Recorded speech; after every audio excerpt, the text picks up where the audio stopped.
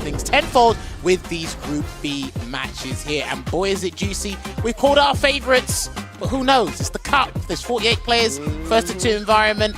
Anything can happen. Okay, we're gonna do Chris Wong coming up, and he's gonna go up against Nephew instead here. But I'm loving this. Yeah, I'm very much looking forward to this one. Absolutely. Like we said, Chris Wong qualifying from CBT France offline. Nephew qualifying through the World Warrior US West, formerly of the East Coast, has transplanted. It's been in California for quite some time. And man, he has really been a staple of the West Coast scene since moving, and always in the upper echelon of results. So one of the biggest things about Luke is he's got Sandblaster but no Fireball Drive Rush, and he doesn't really have any anti-projectile tools outside of a couple of maybe like Vulcan Blast. That's been one of the better ones. His level 3 if you're in position correctly. Other than that, you try to keep it close range, play some footsies, case in point. There you go. But yeah, just pay attention to Chris Wong's defensive choices. I'm really impressed by what he does on defense. Constantly. I love just how solid Chris Wong is. These are 2 extremely solid players, honestly. Remember, Nephew spent a lot of time with Punk, right? Training, honing his ground game, honing his Street Fighter game, but right there, the perfect parry already on display against the projectiles. He seems super comfortable at perfect parrying the very slow fireballs as well, because 9 times out of 10 people don't, so he's already got the punish ready in his mind. Throws out a low fireball there again. You can see he's got to be careful because Despair can do drive rush into forward throw at a certain point. And we just saw Nephew kind of drive rush out of the fireball as well, which can throw off your perfect parry timing due to the slight screen freeze from drive rush.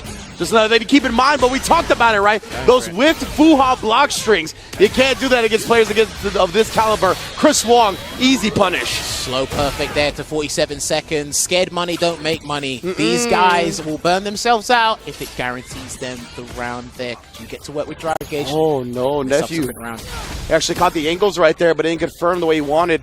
Tried, and he delayed it as well. That was sick. Chris Wong even taking that into account. Dude, that's the next layer pass when people are not comfortable throwing. Oh, double spine buster. Dude, please do not. I hope that's not going to happen. Please no. Oh, Chris Wong. Not quite the double P, but very close. It was a perfect and a hood perfect. Yeah. Most def right there. Luke put it on. 1-0 already. I mean, that definitely smacked Nephew in the mouth. You talk about having a plan until that happens. We got to see how he adjusts. Well, this is the thing, right? When you go up against Chris Wong, you are bemused about how he counters all your offensive play. Then he gets the whiff punish. He always has meter to burn himself out and get the kill. This is a full-on optimized Luke player that has just got whiff punished into a Fuha store. And immediately he says, nope, I'm not giving you no momentum there. Yeah, look at the defensive choices continuing to be on point from these successful players. And even on hit right there, he's ready to press the crouch medium kick back, continue his turn. And Nephew gonna have to pop off. He's sensing the aggression coming out from Chris Wong. Again, it's Nephew spacing for me. Does he want to play far away? Does he want to play up close? Because again, you're kind of confused as to what to do. What's the best choice? But that was a good choice there. And the forward heavy punch did not connect. Unfortunately, yeah, didn't actually get the punch on the perfect parry. Now Chris looking to parry some of his own, actually build a decent amount of drive gauge back by holding it. Well, he's being patient, using the Sandblaster as well, not whiffing anything in this mid-range outside of crouch and medium punch. There it is. No counter, no nothing necessary. Just from that distance, he was already buffering the drive rush behind it. Connects, and my goodness, Chris Wong on set point. And I love how he waits for it to go super low, so all 6 hits of Vulcan Blast can connect there. He is so poised, so comfortable playing this character. That boy optimal, bro. I know. He might redefine the word in the dictionary soon. All the little things not slipping through the cracks. See, this is it. You see, he's moving away to try and catch Chris Wong to whiff buttons, but he doesn't really whiff mediums. Yeah, and Nephew, he even tried to whiff punish with like a drive rush, but the money button, cha-ching, bro, counter poking from big distance. I'll keep your taxes as well from that. Oh, boy. Gets the drive rush in, try to go for the stagger pressure. And that's fine, because you don't lose too much drive gauge from blocking lights. No anti-air there. Try to anticipate with the parry. Misses his conversion with the uppercut. That Sandblaster was supposed to be an uppercut, I believe. Can he stun him, though? Bro, Nephew, he might be really trying to melt this burnout situation before going for the stun, right? Get as much damage as possible. Yeah, he's going to play with it first before he tries, but Chris Wong His avoided stun. Straight up I think overhead. He's going to have to go for it. Yeah, it's going to have to be level 3, and he didn't go for it. He did not end up doing it. Yeah, as you mentioned, he burned himself out. Chris Wong about to get his drive meter back as well. Now it's scary for Nephew. Well, he's pumping level 3 as well.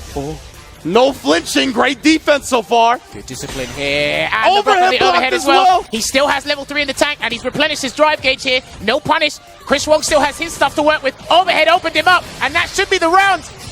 Nephew, the discipline on the defensive side, and then sneaking in the overhead to take the round. That is how you turn around a set. That takes hours, weeks, days. Oh, yeah, months years of experience, Listen, bro. Man, you got to do it, especially in this environment at Capcom Cup 10. Oh, man, no cracking, solidified. Oh, Wow. but the drive rush suppressor, bro. First time he introduced that, by the way. So good at catching people trying to check Oh, he drive got him. rushes. And he caught the delayed jab, I think, from Chris Wong. So that was actually a good choice there from Nephew. It worked out. Perfect space in the Fuha that time. Looks like the tip actually catches the jump out and combos off the drive rush juggle point. All right, going to go for a Pale Rider to get as much damage here. Replenish as much drive gauge as possible. He's in prime position here, Chris Wong, to take the round. Oh, that could have been a grab. Yeah, and if you woke up with a parry, that's where he bet his money on. I think he was waiting for a micro walk stand hard punch or something to gamble on there. Chris Wong. Oh, and then sniped him with the crouch medium kick yet again. Chris Wong taking it 2-0 over Neff. Brilliant performance there from RC. The perfect. Just kept it simple and effective again. You're going to see this throughout the group stages. He's some people's favorite to get out of the group, and he's some people's favorite to go extremely far in the tournament here. Hey, representing Hong Kong, man.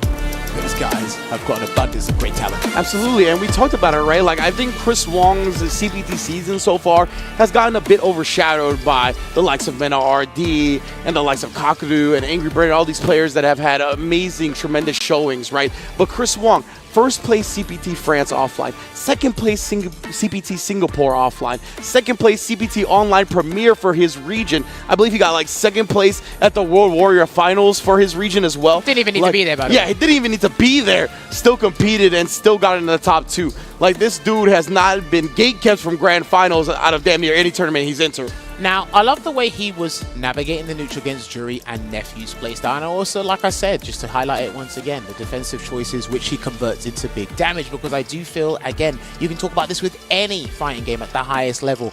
Offense is what what is advertised to us and what we work on so hard. Yep. But it's when you make those defensive choices and optimize from those defensive choices, just then those pro players separate the men from the boys. Just think about it this way, right? The more you're correct on your defensive choices, the more you get to play that offense in the first place, right? So it's, I mean, as important, you could argue it's even more important to really shore up your defense, to have a high-level success in fighting games. But beautiful stuff from Chris. Has been so on point. Nephew did get that sneaking overhead. And yeah, again, defense on both sides, right? Like, beautiful discipline from both sides. It's tough to block every single overhead. So big ups to Chris Wong, of course, and Nephew. Nephew, I believe, 1-1 today. Yeah. Now after that, and Chris Wong, he's looking like a monster.